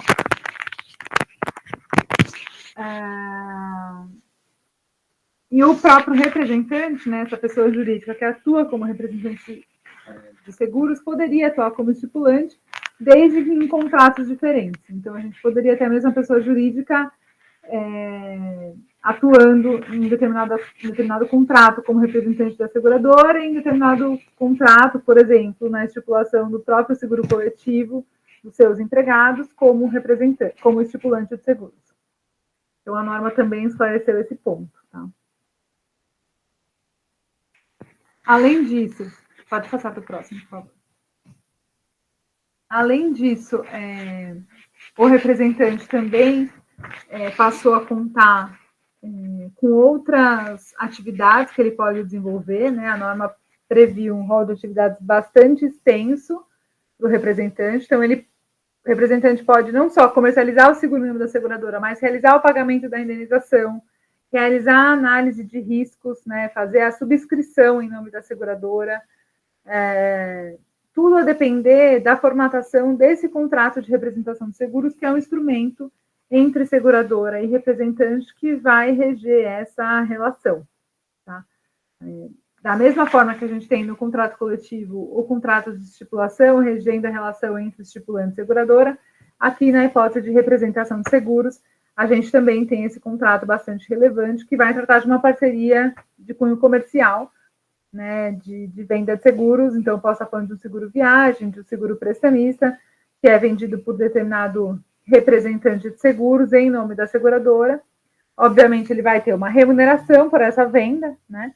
E essa remuneração pode ser por venda de produto e pode ter também uma remuneração extra decorrente do próprio resultado daquela carteira, né, decorrente do resultado positivo, resultado operacional daquela carteira de segurados que ele formar, né, por conta da sua atuação como representante da seguradora. E, claro, como representante da seguradora que a seguradora responde por todos os atos praticados pelo representante de seguros. Aí, seja frente à SUSEP, né, por determinação expressa lá da Resolução 382 de 2020, seja em relação aos consumidores, porque, no final, o produto que está sendo vendido é um produto da seguradora XYZ, em termos de CDC e de própria responsabilidade civil, a gente tem a seguradora sendo responsabilizada por toda essa cadeia aí da comercialização do produto.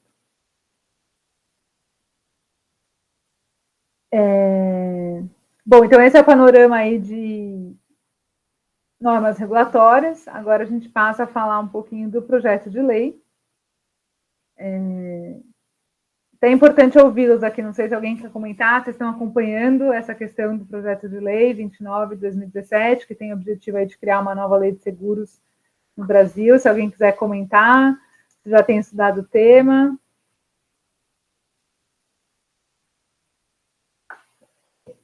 Uma água.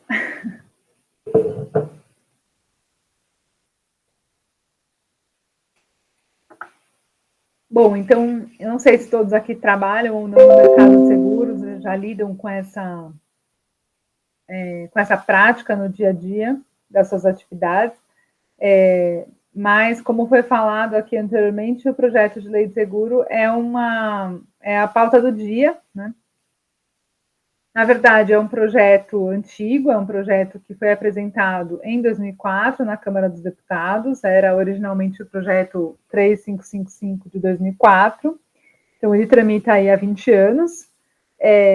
Ele foi aprovado inicialmente na Câmara em 2017, foi enviado ao Senado, mas foi arquivado no Senado e assim ficou por bastante tempo, até ter sido desarquivado em março de 2023, com um parecer favorável do relator, emitido no final do ano passado, em novembro de 2023, e a partir de então ele começou a tramitar de forma bastante célere, né? E ele está, inclusive, pautado para ser julgado na Comissão de Assuntos Econômicos amanhã. Legal. Pois não, alguém quer comentar alguma coisa? Fica à vontade. Não, eu falei perdão, que eu mudei antes da hora. Ah, imagina. Então, ele já foi aprovado na Comissão de Constituição e Justiça, ele estava na pauta do dia 11/6 na Comissão de Assuntos Econômicos, foi reagendado para amanhã, dia 18/6, tá? A proposta, então, da Lei de Seguros é criar uma lei específica do contrato de seguro no Brasil, retirar o capítulo que trata hoje do contrato de seguro do Código Civil. A gente teria, vamos dizer, como alocação, uma lei específica fora do Código Civil para tratar de seguros. É uma lei bastante extensa, detalhista, né, e muito mais prescritiva, eu diria, do que o cenário que a gente tem hoje com o Código Civil. Esse projeto de lei está tramitando hoje no Senado Federal, né, então já tem um parecer favorável, aguarda aí o julgamento da Comissão de Assuntos Econômicos para depois ir a plenário. Então, ele está numa fase bastante avançada de tramitação. Se aprovado nessa comissão, né, se for pautado, ele está pronto para o plenário do Senado. Já tem uma aprovação prévia na Câmara, né, a gente tem alterações nas previsões do PL, mas a gente já tem um posicionamento favorável de uma das câmaras e agora a gente tem uma possível falta aí desse tema em breve no Senado. De outro lado, como vocês devem estar acompanhando, como operadores aí do direito, a gente tem um projeto, vamos dizer assim, não é exatamente o termo, né, um projeto de reforma do Código Civil, que foi iniciado o ano passado, né? Na verdade, foi uma solicitação do Senado Federal que requisitou a formação de um grupo de juristas para que fizessem um estudo aprofundado, bastante sério e detalhado, sobre a necessidade de atualização, né, do Código Civil. Então, não se trata de uma reforma estrutural, mas sim de uma atualização do Código Civil em pontos específicos, né, mas que, obviamente, não fala apenas de seguros, fala, então, de direito de família, de questões de tecnologia, de direito digital, de direito às sucessões, então tem temas bastante complexos em discussão. Essa proposta não é uma proposta de revogação do Código Civil, mas apenas do aperfeiçoamento da norma e uma atualização dessa norma. É um grupo de juristas bastante sério e competente, né, que esteve à frente desse trabalho, inclusive a professora Angélica Carlini é uma das integrantes desse grupo, né, eu acredito que vocês tenham acompanhado, e apresentou um projeto bastante sólido que foi enviado ao Senado em abril. Houve uma cerimônia de apresentação desse trabalho e agora esse projeto deve começar a sua tramitação no Senado, mas ainda numa fase bastante inicial e considerando sua amplitude, né, que o objetivo é atualizar o Código Civil como um todo, o que se espera é que haja ainda um caminho longo de discussões, né, com diversos atores aí da sociedade civil, instituições sobre essa reforma, enquanto o projeto de lei, que é específico do nosso setor aqui, do setor de seguros, ele está num estágio mais avançado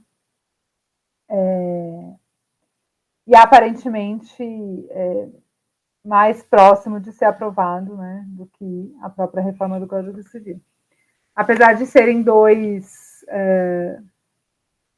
projetos bastante distintos em termos de objetivos e em termos de previsões legais, né? O projeto é bastante extenso, detalhista, enquanto o Código Civil ele é pontual, vindo somente a atualizar aqueles dispositivos que precisariam de uma nova roupagem, aí, considerando as mudanças, né, de cenário, desde que o Código Civil entrou em vigor, aí, 21 anos, desses 21 anos. Então, o projeto de lei, para dar um cenário geral, ele é mais detalhista, é intervencionista do que o Código atual, a meu ver. Ele inclui uma regulamentação bastante extensiva do procedimento de regulação do sinistro. Ele trata de resseguro em capítulo específico, né? Não é o tema da nossa aula aqui, é o tema da próxima aula, a última do curso, se eu não me engano, né? Que vocês vão ter na quarta-feira, resseguro. Mas esse projeto tem um capítulo específico de resseguro, que ele é complementar à lei, né, que já trata do tema, é bastante criticado, mas que vai impactar o mercado de seguros como um todo, se for assim aprovado. A lei também altera toda a sistemática do prazo prescricional dos contratos de seguro, e se a gente tiver a sua aprovação, a gente vai ter um tempo de vacatio legis de 1 ano, e o que nos parece é que haveria também a necessidade de atualização das próprias normas regulatórias, né? Se esse projeto de lei for aprovado, a SUSEP teria também um trabalho de atualizar o arcabouço aí infralegal, né? Porque no final você está tirando a própria norma base, que é o Código Civil, e várias das normas regulatórias teriam que ser revistas de acordo com a nova norma vigente. Parece bastante 1 ano, mas eu acho que vai ser 1 ano de muito trabalho se esse projeto for aprovado. Bom, eu vou tratar aqui de alguns temas específicos do projeto que impactariam a parte de seguro de pessoas, tá? Aqui, gente, como é um projeto, né, ele não foi aprovado, a gente não tem a versão final, a gente achou que fazia sentido trazer esse tema e tratar um pouquinho, né, pincelar um pouco das consequências na seara de seguro de pessoas, mas, claro, são pensamentos iniciais, né, de uma norma que ainda não foi aprovada. Se vier a ser aprovada, a gente vai ter um tempo até de discussão doutrinária mesmo, né, muito mais de discussão jurisprudencial para um novo cenário normativo mesmo. Tá? Então, são pensamentos aqui iniciais sobre o tema. Então, o artigo 31 do projeto, quando ele fala do seguro coletivo especificamente, que é algo, né, bastante caro aqui a seara de seguro de pessoas, ele trata o estipulante como apenas aquele que tiver um vínculo anterior e não securitário com um grupo de segurados. Né? E, em caso contrário, o seguro será considerado um seguro individual. Aqui a gente até vê que esse artigo está em linha com a própria jurisprudência da STJ, aquele tema repetitivo que eu citei mais cedo. Mas se a gente olhar para as normas regulatórias, elas são em sentido contrário. As normas falam que ainda que não haja esse vínculo comprovado entre o grupo segurado e o estipulante, a configuração do seguro como coletivo vai ser respeitada. Né? Então, aqui é como que essa norma vai ser interpretada no caso de ser aprovada dessa maneira. Né? Quais são as consequências de classificar um seguro que na sua origem é um seguro coletivo como um seguro individual? Né? Aqui a gente tem um maior poder dos segurados individuais, me parece, em relação a discussões de cobertura com a seguradora, de formatação do produto, né, da própria questão de renovação, por exemplo. Esse artigo que fala de seguro coletivo também estabelece aqui, agora em lei, né, que haveria necessidade de se informar em destaque a remuneração do estipulante nas propostas de adesão, nos questionários e demais documentos contratuais. Essa questão de abertura da remuneração do estipulante, da abertura da remuneração do corretor, por exemplo, uma questão sempre polêmica no mercado de seguros. Né? Então, aqui isso passaria a constar na lei, a gente teria, obviamente, uma consequência muito mais significativa do que só a previsão regulatória desse tema. Aqui, obviamente, é uma norma que visa dar transparência para o consumidor, né? Então, ele está pagando um valor X de prêmio, ele precisa saber quanto que é efetivamente repassado à seguradora para fazer frente à garantia e quanto que é pago a título de remuneração de prolabore para aquele estipulante. Acho que faz todo sentido olhando aqui para a questão de transparência, né, de informação no contrato, mas obviamente tem questões de parcerias comerciais, né, de segredo de negócio, de efetivamente quanto de remuneração está sendo recebido por aquela intermediação, né, do estipulante que está atuando como um intermediário, que nem sempre as partes desejam revelar. Né?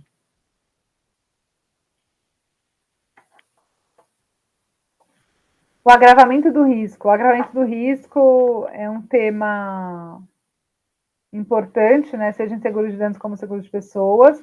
Ele está previsto na parte geral do Código Civil atualmente. Então, ele é aplicável tanto para o seguro de pessoas como para o seguro de danos. Agora 768, talvez, artigo 768, não lembro exatamente. Mas no projeto de lei ele também está na parte geral, ele está previsto nos artigos 13 e 17. Ele tem um novo conceito, né, diferente do que tem hoje no Código Civil. O agravamento passaria a ser um aumento significativo e continuado das chances de ocorrência de sinistro ou severidade dos seus efeitos. A grande novidade aqui é o continuado, então não seria possível, em tese, né, parece esse o objetivo da lei, a gente falar de um agravamento por um ato isolado do segurado, e no seguro de pessoas isso é importante, né, quando a gente fala da embriaguez, de dirigir um veículo sem a carteira de motorista adequada para aquele tipo de veículo, de realizar determinada atividade que causa maior risco à integridade física do segurado, enfim, de uma forma pontual, né, em tese, o projeto afasta essa possibilidade por esse novo conceito de agravamento. E no seguro de pessoas, especificamente, o artigo 17 estabelece que, ainda que configurada uma hipótese de agravamento no seguro de pessoas, a seguradora somente poderia cobrar a diferença do prêmio, né? Ou seja, a negativa de cobertura não seria aplicável. Então, me parece, né, numa interpretação inicial, que o objetivo da lei seria afastar o agravamento como um motivo de negativa no seguro de pessoas, né, de perda do direito à garantia, mas apenas como uma possibilidade de rever o risco inicial do contrato e, por isso, a seguradora poderia fixar, né, um prêmio diverso daquele que ela fixou, considerada a característica daquele risco, e cobrar a diferença. A Janaína me ajudou aqui, o agravamento hoje é artigo 768. E aqui, gente, só para comentar, essa questão da cobrança de diferença do prêmio, então você imagina, na prática, né, uma argumentação para sustentar um agravamento não é uma argumentação jurídica simples. Sustentar isso para chegar apenas à cobrança da diferença do prêmio talvez não pareça interessante ou factível, né? Porque o prêmio, em geral, mas no seguro de pessoas, se a gente vai falando de seguro coletivo principalmente, é uma parcela muito pequena comparada com o capital segurado, né? Justamente pela pulverização do risco, pela formação aí do mútuo, se a gente estiver falando de um coletivo. Talvez no individual, essa discussão possa ser mais interessante, né, do ponto de vista prático mesmo. Uma previsão interessante do projeto de lei é essa do artigo 95, que estabelece o seguinte, que para os seguros de pessoas que tenham finalidade indenizatória, que não é a regra no seguro de pessoas, que esses seguros em específico vão estar submetidos às regras dos seguros de danos, né? E aqui a gente se pergunta, quais seriam esses seguros de pessoas com finalidade indenizatória? São aqueles seguros especialmente destinados à quitação de uma dívida, né, ao cumprimento de uma determinada obrigação contraída pelo segurado. Então, o prestamista, que a Janena falou mais no começo, é um exemplo claro desse tipo de seguro de pessoas, né? O risco, então, é a integridade física do segurado, a morte, a invalidez por acidente ou por doença, mas ocorrido esse sinistro, o pagamento é feito para a quitação de uma determinada dívida, de uma obrigação pecuniária contraída pelo segurado. Então, há uma finalidade indenizatória típica, né? Aquele capital segurado, ele deve estar vinculado àquela dívida, né? Então,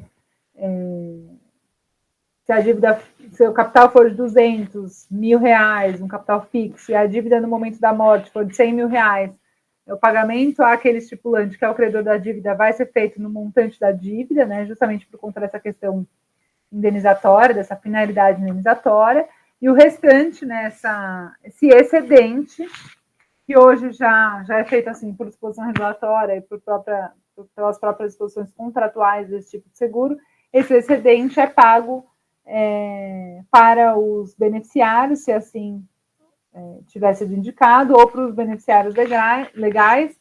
Então, esse excedente se submete às regras do seguro de vida. Aqui eu acho que nessa formatação parece simples, mas aqui o que me parece que vai surgir de dúvida, de discussão jurídica, é qual é o limite da aplicação dessas regras para o seguro de danos, né? Então, a primeira coisa que me vem à cabeça é, então eu passo a ter, nesses seguros de pessoas com caráter indenizatório, a possibilidade de subrogação, por exemplo, da seguradora, né? Eu passo a ter a necessidade de impedir a contratação de mais de um seguro, né, como se aplica para os seguros de danos, né, e aí a gente começa a ter discussões que vão vir na prática, que hoje já se colocam, mas que eu acho que, isso passando a ser um texto expresso de lei, a gente pode ter uma abertura aí para outras discussões.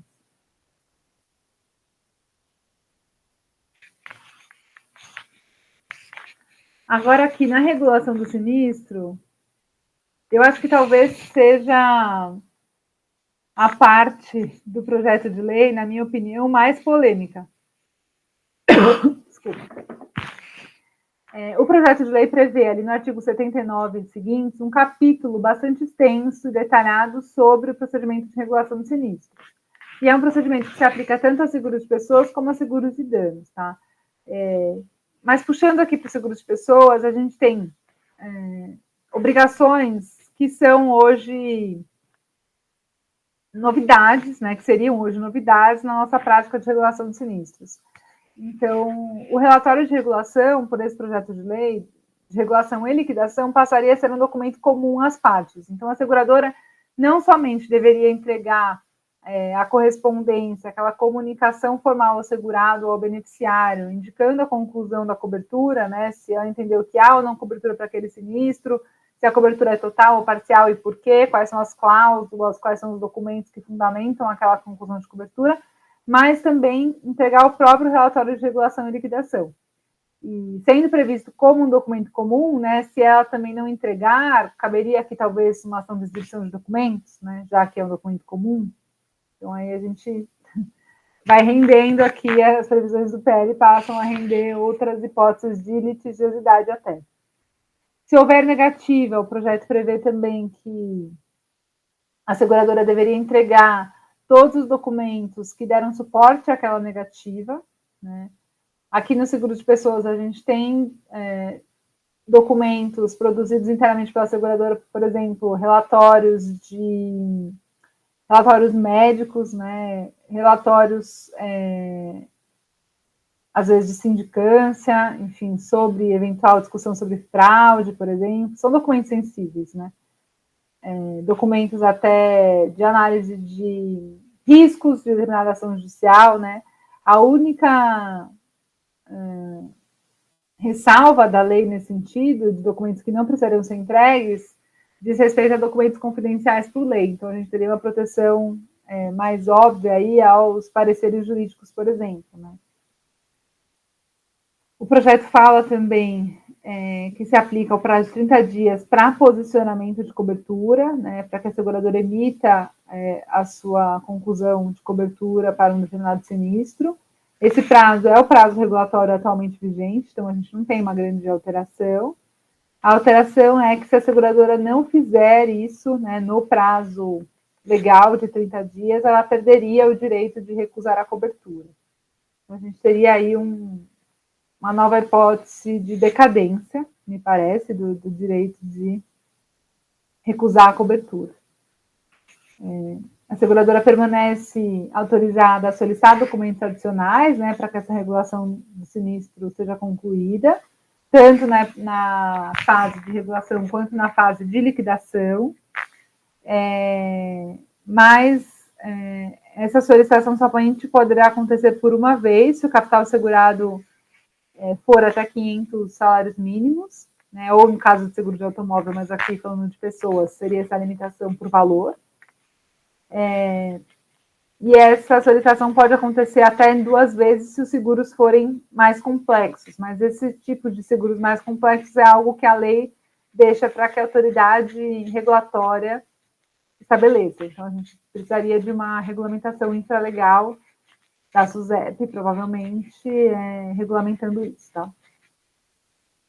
E um último ponto, pincelando as principais alterações aqui na parte de regulação de sinistro, seria a questão de que a seguradora não poderia inovar quanto aos fundamentos da negativa, né? Aí até estava discutindo com a Janaína antes aqui da aula, se essa inovação seria uma inovação apenas na seara administrativa ou seria uma impossibilidade de inovar, inclusive, diante de uma discussão judicial, né?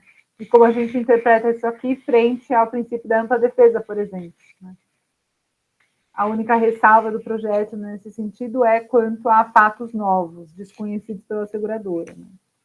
Mas, em tese, se a gente tivesse o mesmo cenário de provas e documentos apresentados na seara administrativa e depois juntados numa ação judicial, por exemplo, a seguradora não poderia, eventualmente, construir uma nova tese de defesa, né? Como que ficaria isso na prática? São cenas dos próximos capítulos, se essa lei vier a ser aprovada. E o último ponto que eu pincelei aqui do projeto para trazer para vocês é a questão da prescrição, que a principal alteração é sobre o termo inicial do prazo prescricional. Então, o prazo em si permanece de 1 ano, para os seguros em geral. O prazo dos beneficiários é de 3 anos.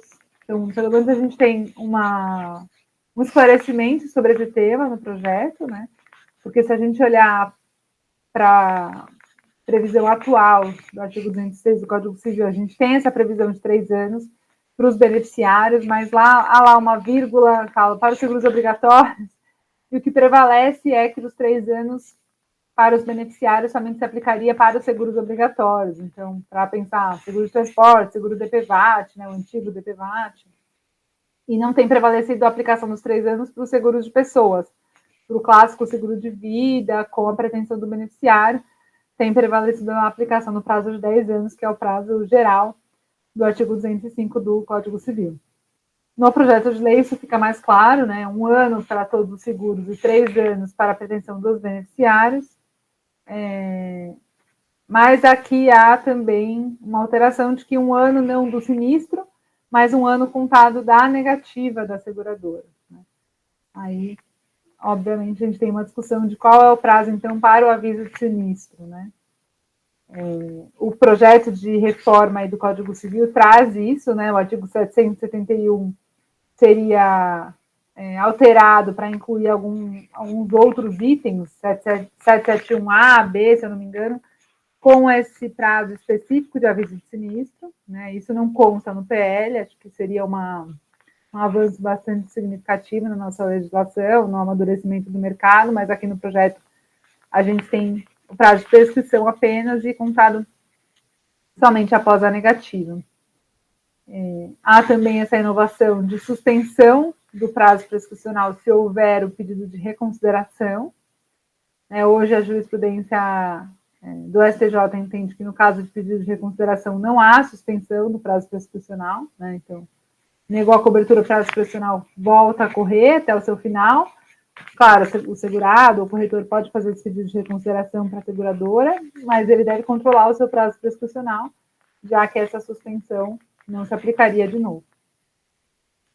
E uma outra novidade do PL é que esse prazo de 1 ano se aplicaria para outros tipos de pretensão relacionados ao contrato de seguro de pessoas. Então, para a própria pretensão de todos esses intervenientes, né, do próprio estipulante, do representante de seguros,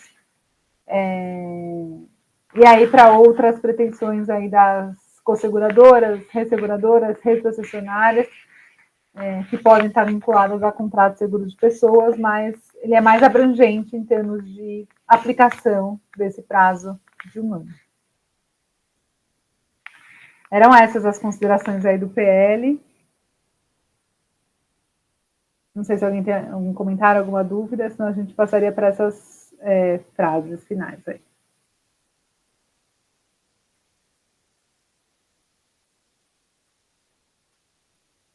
Ninguém, gente? Estão aí? Fiquei até meio surda agora.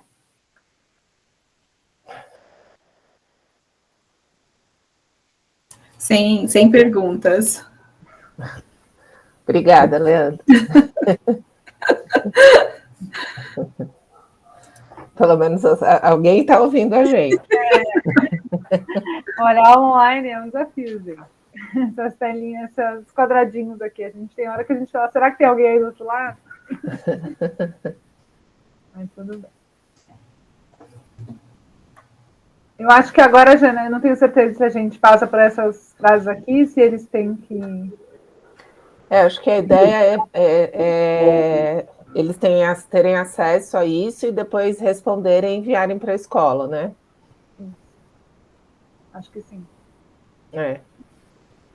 Então o objetivo aqui foi a gente colocar algumas frases de verdadeiro ou falso para retomar o conteúdo tratado na aula, né? Uhum. E aí, essa classificação verdadeiro ou falso, vocês mandariam para a escola para que a gente, para avaliação aí de participação no curso. E aí, eu acho que a escola compartilha, né, esse slide com o pessoal. E aí fica fácil. De nada, César. Disponha. Bom, é isso, gente. Eita, Laura, você está sendo expulsa daí. Ainda bem, acenderam aqui de novo. Pessoal, muito obrigada pelo tempo de vocês, pela participação de vocês. Tomo a liberdade de falar pela Laura também, tenho certeza que ela também estará à disposição, caso vocês queiram conversar conosco sobre esse tema, né? Tem bastante coisa aí que gera discussão polêmica, né, que leva tempo, que vale a pena estudar a respeito. E daí, se quiserem conversar mais com a gente sobre esses assuntos, fiquem super à vontade para entrar em contato conosco, tá? O nosso contato não está aí, mas enfim, é fácil achar a gente lá no LinkedIn. Vou pôr meu e-mail aqui também. Aí fica fácil. Obrigada, Thiago. Obrigada a você, viu? Obrigada a todos, pessoal. Foi ótimo estar aqui com vocês hoje. Eu espero que ela tenha sido útil, produtiva para vocês. Eu vou deixar também meu e-mail aqui no chat. Como a Janena falou, a gente está à disposição. E ficamos em contato. Obrigada. Excelente aula, excelente explanação. Muito obrigada. Obrigada, Leandro. Tchau. Tchau, tchau. Tchau, gente. Bom descanso, boa semana, viu? Igualmente.